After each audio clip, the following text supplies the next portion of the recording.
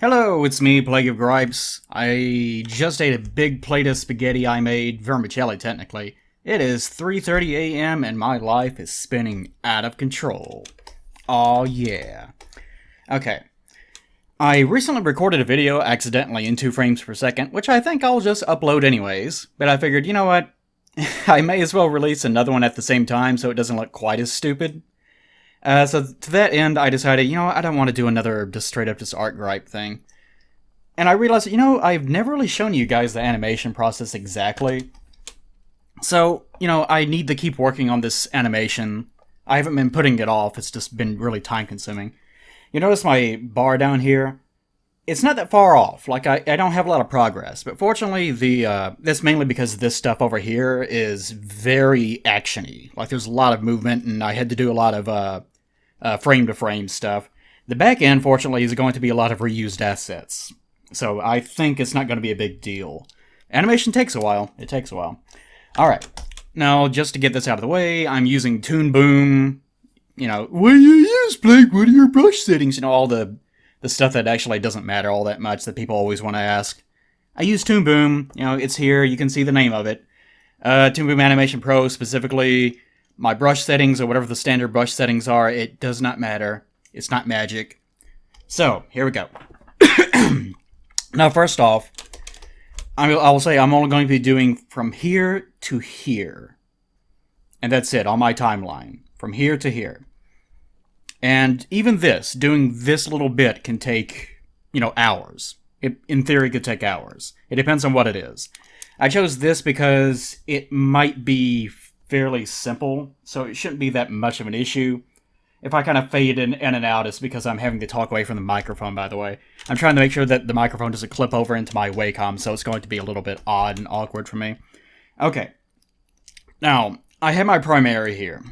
What needs to happen here is, this is just a simple little sketch that's meant to remind me of what the scene is supposed to be, right? So you can draw over it and everything else. It's just a primary. But it needs to be a hand lifting up a picture frame. And that's all it needs to be. So we need to identify what it is exactly that needs to be moving in this. You can do this frame to frame. And frame to frame, just to get this side out of the way. There's 2 different kinds of animation, generally. I mean, there's like all sorts of different kinds, I guess. But whenever we're talking about just generic stuff, there's frame to frame, which would be like, you draw one part here, like here's the thumb, and then you might work by 2s, which is to say that, there's 24 frames in 1 second of animation. 24 drawings. You can have that and have only 12, and then you're working by 2s. You get what I'm saying? So you would draw that, and then you would, like if the hand was going down, you would draw the next one down here. And that's frame-to-frame animation. Just frame to individual frame. And you would keep working by 2s, like each drawing being 2 different frames, until you're done with the whole thing. You can work that way. I'm not working that way this time around. There's some areas of the animation in which I actually did go frame to frame, and boy, were those fun. That's to say, they're not fun at all. They kind of suck dick and ass and every other part that you don't want to suck, which is a lot of parts. Really, not many parts of the body. Yeah, I don't really want to suck too many parts of the body. Anyways, let's get started. First thing you need to do, if you're going to be tweening like a immature little asshole like I do, you need to look at your drawing and identify what exactly needs to be moving. Because we're going to be working to different kinds of layers. That is, like, the sleeve might be on its own layer, the wrist might be its own layer, and so forth and so on. So, with this one, the way that it's going to be moving, I'm going to assume that this whole hand and everything is going to be moving kind of in this arc. It's going to be moving not entirely out of frame, like it's not going to be nothing down here. But it's going to be kind of moving from probably right around here or something, and maybe it might be kind of stilted to one side, like this, and just move up into position right here, where it's drawn right now. So we need to consider how we're going to do this. And most of animating is planning. So if you're getting irritated with me not drawing right away, that's for a good reason. Because whenever you're tweening, you only need to draw one frame. Usually, I mean, if it's a big movement, then you'll need to draw a couple or more than that. And most of it is just going to be tweening that shape around. And if you don't know what tweening is, like say, hold on, I'll draw a little box here. Like say, just a little box right here. And actually my Toon Boom has this weird thing where it doesn't want to, unless I do this, it doesn't want to pick up my F6 key. It allows me to do my keyframe button. So you press F6, which is supposed to be the default, but there's a whole other story, and that puts down keyframes. I'm not going to go too much into detail about what keyframes are. It's just a frame in which it's a keyframe. Like, whenever you're telling your animators, you know, we need to make sure that this particular drawing looks exactly like this. That's your keyframe. Like, that's where that term comes from. And the things in between keyframes are in between frames. And you might have one lead artist do your keyframe drawings, and then you have in-betweeners, or in-between artists, do your in-between frames. That's where that comes from. So tweening basically is, in this case, it's using this tool, which I just call the Tween tool. I can't remember what it actually is called. You need to make sure your Running Man is on, by the way. And, like, if we're starting from here and we're going to tween this to, like, over here, then, you know, you grab your drawing, move it over here, and that's a tween. That's all it is. And as you can see now, we're going from one keyframe to the other, and it tweens the entire thing. And you can even morph it, you know, and change it around, twist it, and whatnot. And this is the point of X. Why am I pointing with my finger? But the little blue ball over there is the point of rotation for it. You can adjust it however you want to in Toon Boom. But you'll notice whenever I do that, all the in-between frames try to ensure that everything evenly shifts into that next keyframe. And I have my window open, so if you hear a random boofing, that's because our dogs don't know how to shut up, even though it's the middle of the night. So that's what tweening is. So now that we've established that, let's actually get to the drawing. Now, just looking at this thing, I have a few ideas about how many drawings we're actually going to need. I don't think we're going to need individual drawings for the entire frame. We can probably just make this all one thing, you know, just like that. And just tween that entire thing. That probably would be easiest. Because I could do it like, you know, this. Like, one half of this is one frame. Which I might end up doing, I don't know. The more that you kind of cut up each individual drawing into its own layers, the more control you're going to have. And that will make it look a little bit more realistic. But I don't think that's really necessary, considering this is such a specific shape. If we start tweening things on top, if like we have one layer sitting on top of the other and we start tweening it, it's going to be really hard to make sure that they maintain their alignment so that it looks natural whenever you are tweening it. So I'm probably just going to keep this picture frame as one whole image. But to that end, I will make one drawing and just call it frame, and that'll be our frame eventually. So we have that idea down. We have our hand drawing, and that will be like, you'll draw it sort of like this. You don't have to draw the whole thing, but it'll be sort of like that. And this one will probably go under the frame, because if the frame drawing is on top of it, and like if I seal it off real fast and use a random color, then you can notice that it will seal off anything that you can see under it. See, that's how layering works. So now that we have that down, I think another thing I'm going to do is, you know, you obviously can't have the thumb part of the drawing. You can't have this thumb be part of your hand drawing if it's under the frame, because the frame drawing would be hiding it. If you don't understand that, then you probably need more drawing experience if you can't comprehend how layers work. Okay, so I will also have a layer for the thumb. And just to be safe, actually, I think I will even have another one for the thumb's lower half, and I'll name this one Thumb High, so that I have an extra amount of control. I might not even need it. But since there is, usually you're going to have an individual drawing area for points of articulation. That is, if you're drawing if you're drawing someone's arm, then you're probably going to have a drawing for their upper arm, and you're going to have a drawing for the forearm, and you're going to have a drawing for like the either the hand or at least like a little ball of the hand, and then you might have another one for fingers if you're getting really anal retentive about it. And you'll have another layer drawing for like the upper torso, and then another for the lower torso. Maybe even 2 different layers for each side of the torso if you need it to be like isometric and have it kind of move so that, you know, you have like one pec kind of moving this way while the other one retreats in the back to make it look like it's moving to one side. That's how it works. And since the thumb actually does have this point of articulation right here and goes down here, I think it would be safer to split that up into 2 individual drawings. Okay. And in addition to that, we have our picture frame, we have the thumb, hands. I'm probably going to make one just to be safe for the wrist as well.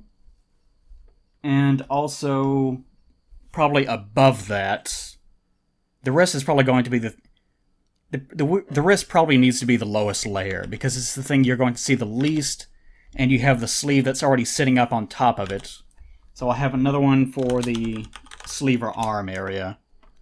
And that in theory should be enough.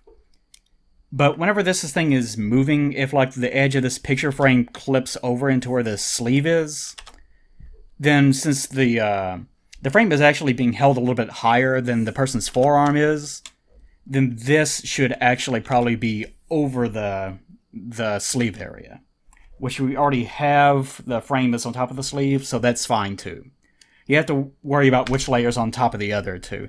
Whenever you're animating, that's one of the primary problems that you're going to come across. This is all second nature to me because I've done it so much, but it's probably one of the things that you're going to run into first as a problem, because you'll start drawing and then realize, you know, halfway through, oh, this is not going to work. This doesn't make any sense.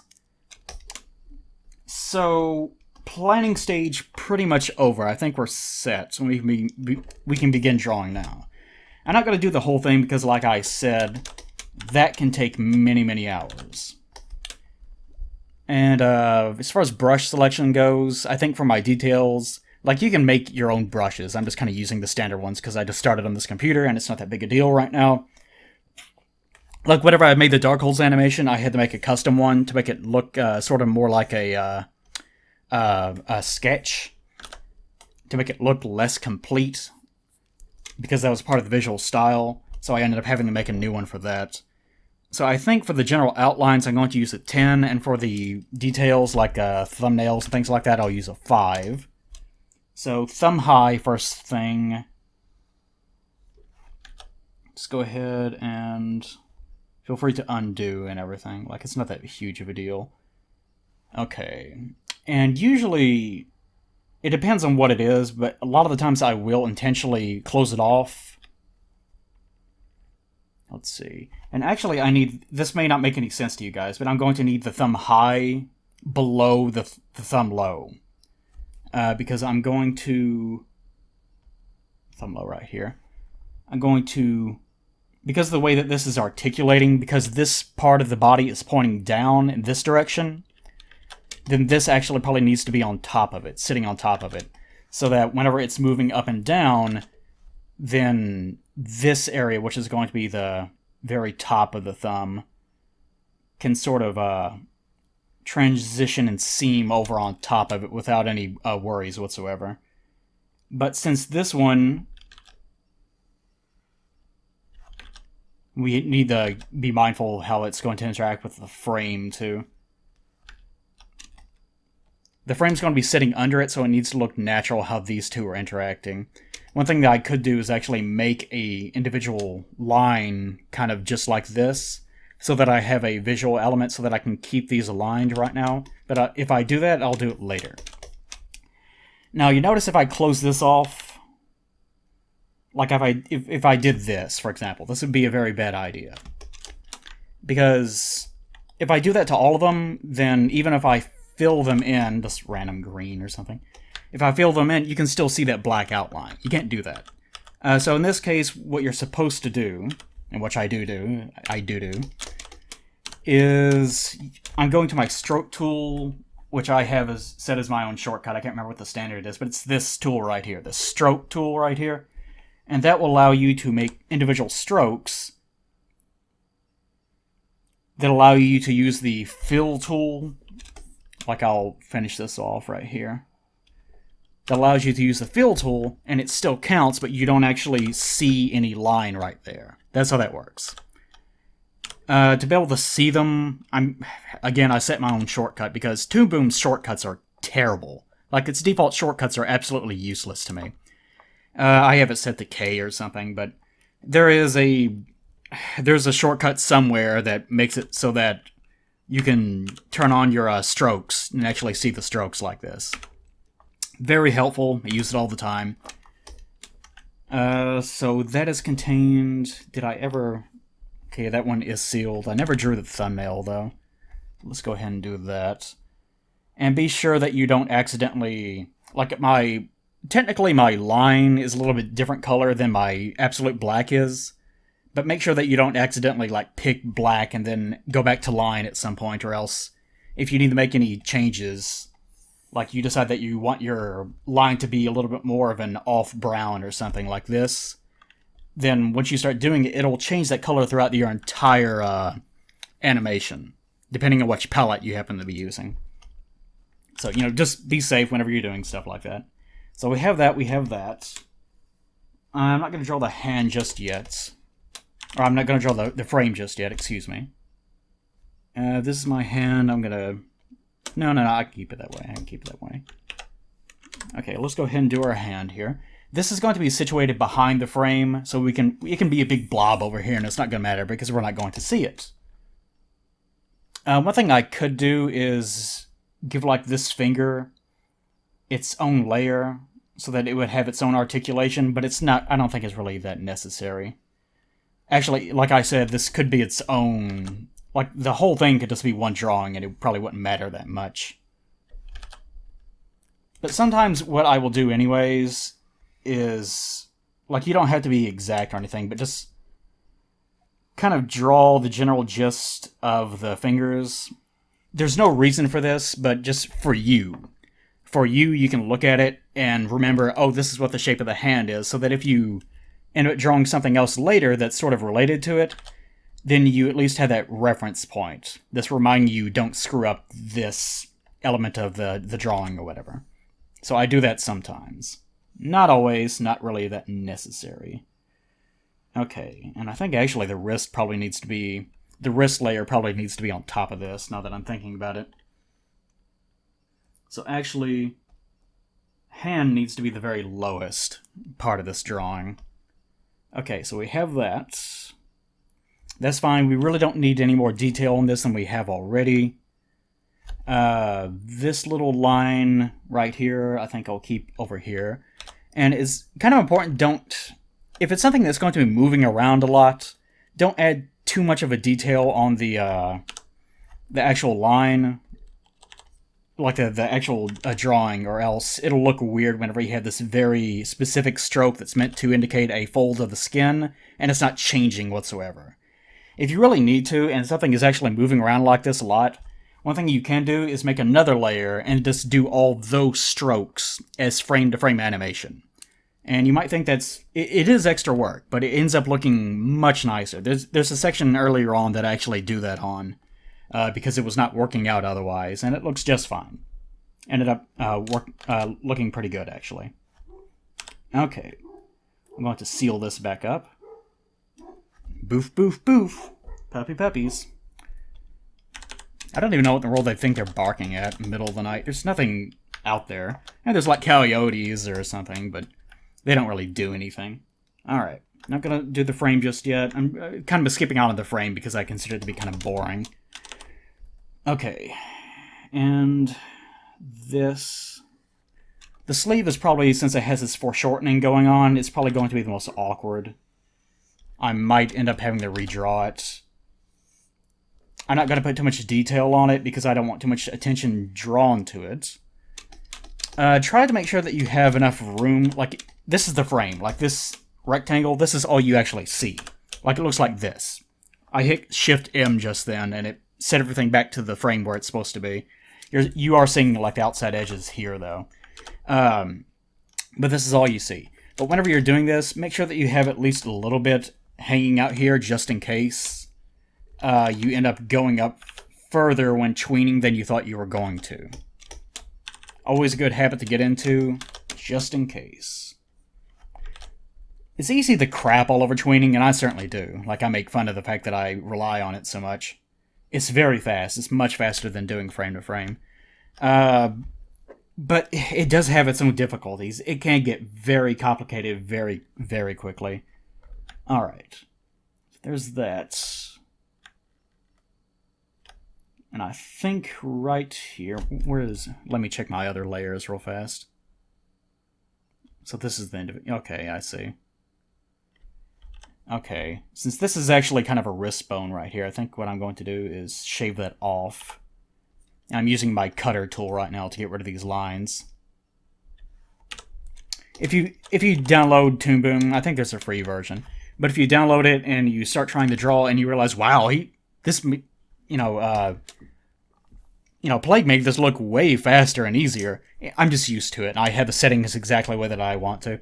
I remember whenever I first started using Toon Boom, it seems like the first few days, like I made that stupid Pikachu smile thing as my first cartoon, and that took forever.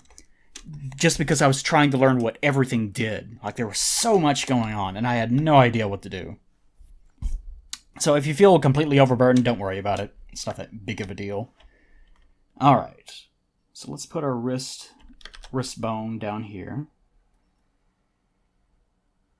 And you can seal this off. It doesn't really matter. But this is going to layer on top of this, so I can't seal that in the same way.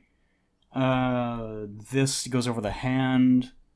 So, like, if I came down here and did that, then you would see this line on top of the hand, but you wouldn't see it here because this thumb layer is sitting on top of the wrist layer. I don't understand, Blake. Well, too bad. Too fucking bad. Okay. So, I'm just gonna make a little curve here to seal this off. I don't need to draw any further down than this. Let's go down here. You get this message whenever you don't have show strokes turned on, but you're still drawing a stroke. Just go ahead and click OK and get that off. Okay, and it'll only ask you once if you hit that check mark. And I think it resets every single time you restart the program too, so it'll always ask, just to be safe. Alright, so we have everything set right there. All of our points of articulation for the hand. And now we can just draw the frame. Which shouldn't take too long. I can make this all one individual thing. One thing actually you can do to be safe in this sort of situation is just draw a rectangle. If you're being very safe with it. And this is a vector, of course, so you don't have to really worry too much about it. I mean, you don't have to worry about it aliasing or anything if you're adjusting its proportions like this. If this was raster, then it would look absolutely terrible if you're doing what I'm doing right now. It would just end up being a colossal mess. There'd be no point to it.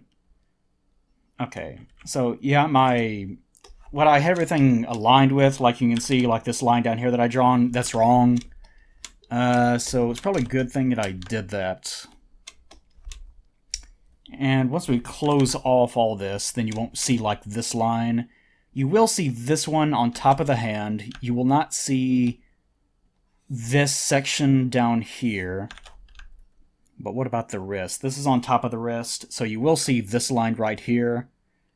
And sleeve needs to go, yeah, under the frame, so we're good. I'm pretty sure.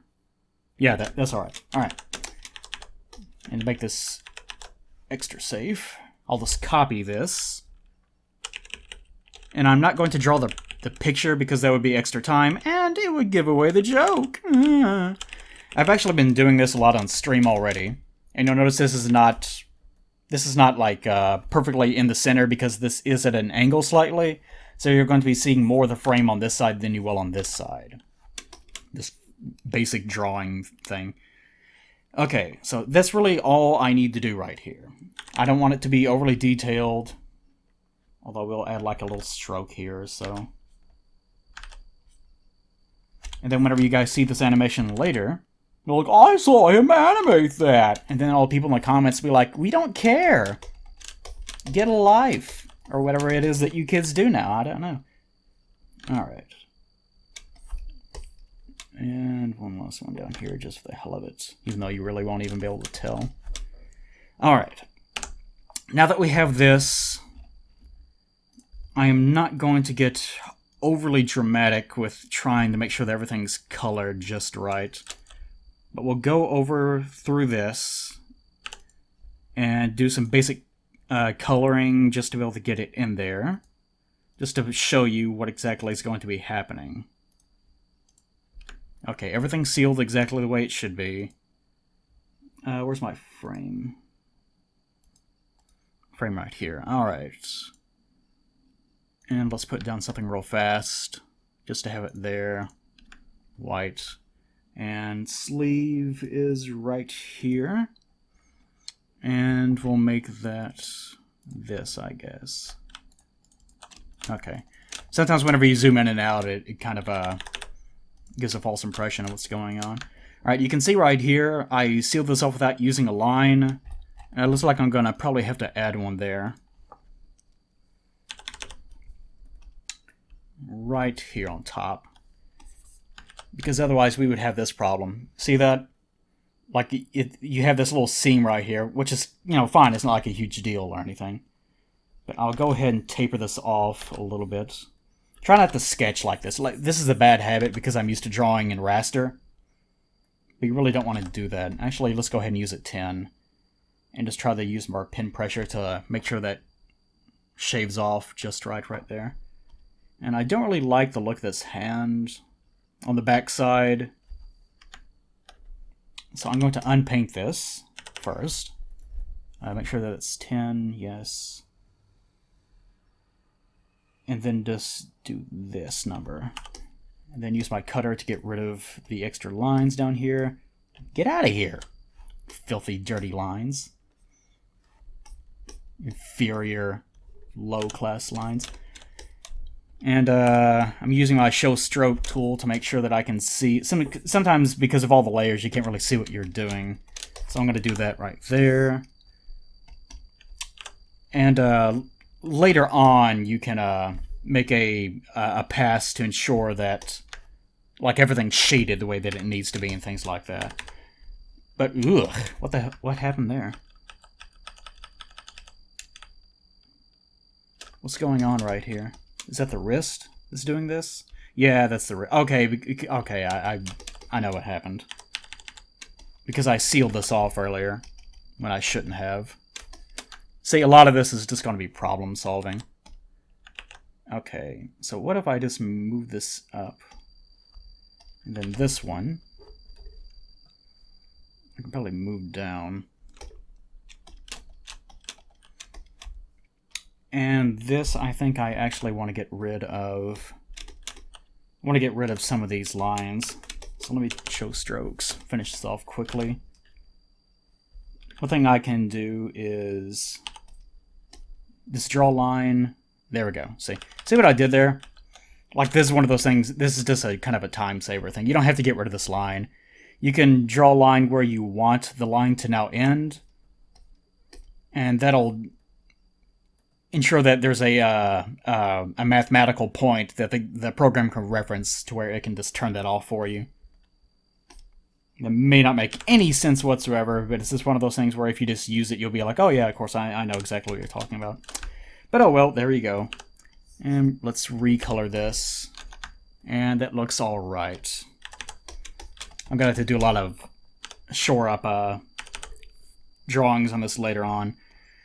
Alright, let's go ahead and extend this as far as we want it to be. In this case, the scene lasts from here to here, so let's have all of our things set up. Primary doesn't really matter. unlock everything that you want to manipulate. Really, you should draw the image. How to explain this?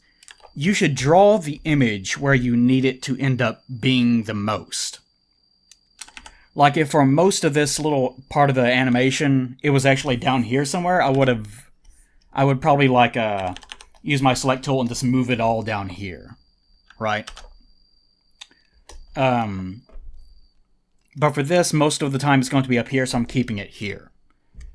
So to that end, I want the hand to be like, I'll use the timeline to move through frames right now.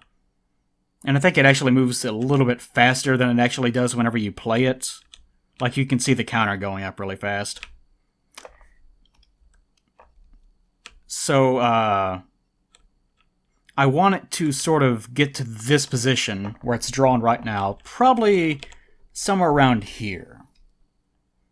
So let's hit F6, establish where our keyframe is going to be right here. And now we need it to be moved down to the lowest end that it needs to be, like where it's going to start in the animation. So let's rotate everything kind of this side because it's going to be rotating a little as it comes up. Move this down here. I don't want it to be completely off screen. This is good enough. Let's actually morph this a little bit. Tween it to kind of this side because it's going to be doing that as it comes up. I wonder if it's gonna... And if you're not sure, then just go ahead and play it a little bit. And this, I guess, I can tween down here. Get it into the position where it actually looks natural.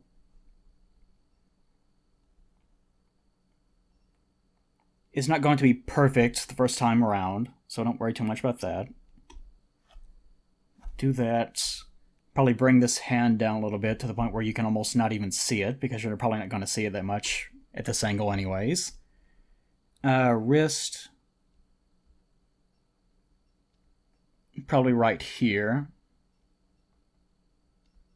And again, make sure that this little running man is on, because if you don't have a little running guy on, then this is actually going to cause everything, everywhere on the entire cartoon that is using that layer to shift its position. I did that one time, and that was enough for me. It became a nightmare very quickly. Okay, so that's kind of more where the hand needs to be whenever it's down here. And it needs to be shifting a little bit as it moves up. Now, was all that really necessary? No. But it does look a little bit more natural, and it ends up in this position. So it starts here, he's moving it up to look at it, and ends up in this position.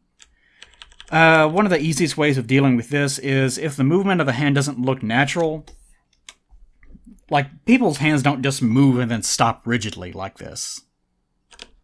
Actually, that doesn't look quite right. It's kind of in this position right here. See, it's kind of out of alignment. That part of the thumb is out of alignment. If that happens, what you can do is just for that particular one, you can try not to move it too much or else it's going to look weird. Just do that and add yourself a new keyframe right there. So that it ends up doing that. Doesn't look amazing right now, but it's going to take time to get it to look just right. But you get the idea. I'm going to remove that for now. Okay, but what I was saying, people's hands don't just stop rigidly like this. So an easy way of getting around this problem is you have your animation, you know, kind of select somewhere around here near the end. Then hit F6, make yourself a bunch of keyframes for everything that's moving, and just take these keyframes and kind of move them back here, like closer to the front. And that has the consequence of making it look a bit more like this, where it sort of slows down near the end, which looks a little bit more natural and a bit more human looking, or a bit more natural, just in general. It doesn't have to be human looking, but you know what I mean. Like it looks like it's actual physical movement. So that's probably the easiest, simplest, fastest way of getting around that problem. So there you pretty much have it. I'm going to have to go back and do things like shading. Like, for example, I think that I want to end up... I think I want to add like a shading layer for each one of these areas. So probably like, I would probably put it like right here, someplace on top of the frame. And I might do it sort of like that, so that it adds a shadow under it. So that whenever it moves,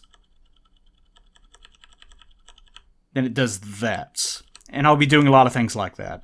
The shading is really what kind of gives my animations these days its kind of overall style, but it adds a lot of time. It adds a tremendous amount of time to the effort that I have to put into each one of these. But it ends up being kind of worth it. It doesn't look spectacular. I put it on... Where did I put it? Yeah, I put it on this layer because if I put it on this layer, then it would have also shaded over this other part of the thumb, and we don't want that. You need to make sure that you're clever about where you put things on each individual layer so that everything moves and shifts in a way that actually looks natural, so you can't tell where the seams of each individual layer are. That is how you animate via Tween. That's what I'm doing right now. It's going to take a while to get all this done. My life is still spiraling out of control and filled with vermicelli, but that's how the work goes, man. That's how it do. I know some of you guys have been complaining about not uploading things enough on YouTube. It's just very time consuming. I streamed Skyrim of all things on Twitch last night. Woe is me. Still streaming on Picardo. I've already spoiled this cartoon for a small handful of people, since not many people show up to Picardo streams or anything like that. But I've already spoiled this cartoon for a lot of people. I do that on Picardo. We tend to watch Star Trek TNG whenever I'm doing this, because that's what I enjoy. And other than that, we listen to music. So if you actually want me right now, just go watch all my old videos. I have a shit ton of them by now. Or just catch me whenever I'm streaming on Twitch or whenever I'm streaming on Picardo. I'm still alive. I'm still doing things. It's just that you guys that do nothing but look for me on YouTube are being disappointed, because that's all you do. You just sit around waiting for something to pop up in YouTube, watch it for 5 minutes, and then put it away, and you're done with me for like the next 2 months. If you're one of those fans, it's fine, but just I'm actually doing things, like I'm earning my money here. Just how the work is, right? Anyways, that's how you animate via Tweens and Toon Boom specifically. All right. Hope you guys enjoyed it. Hope you enjoy 2 frame per second Tyrone is what I think I end up calling that video. I'll release both of these videos at the same time.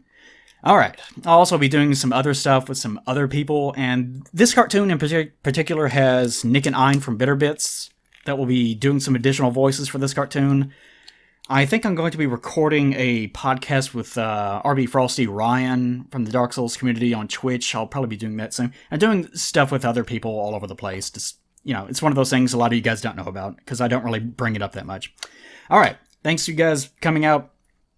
Enjoy fondling your genitals or whatever it is that you're here for. All right, bye. Go away.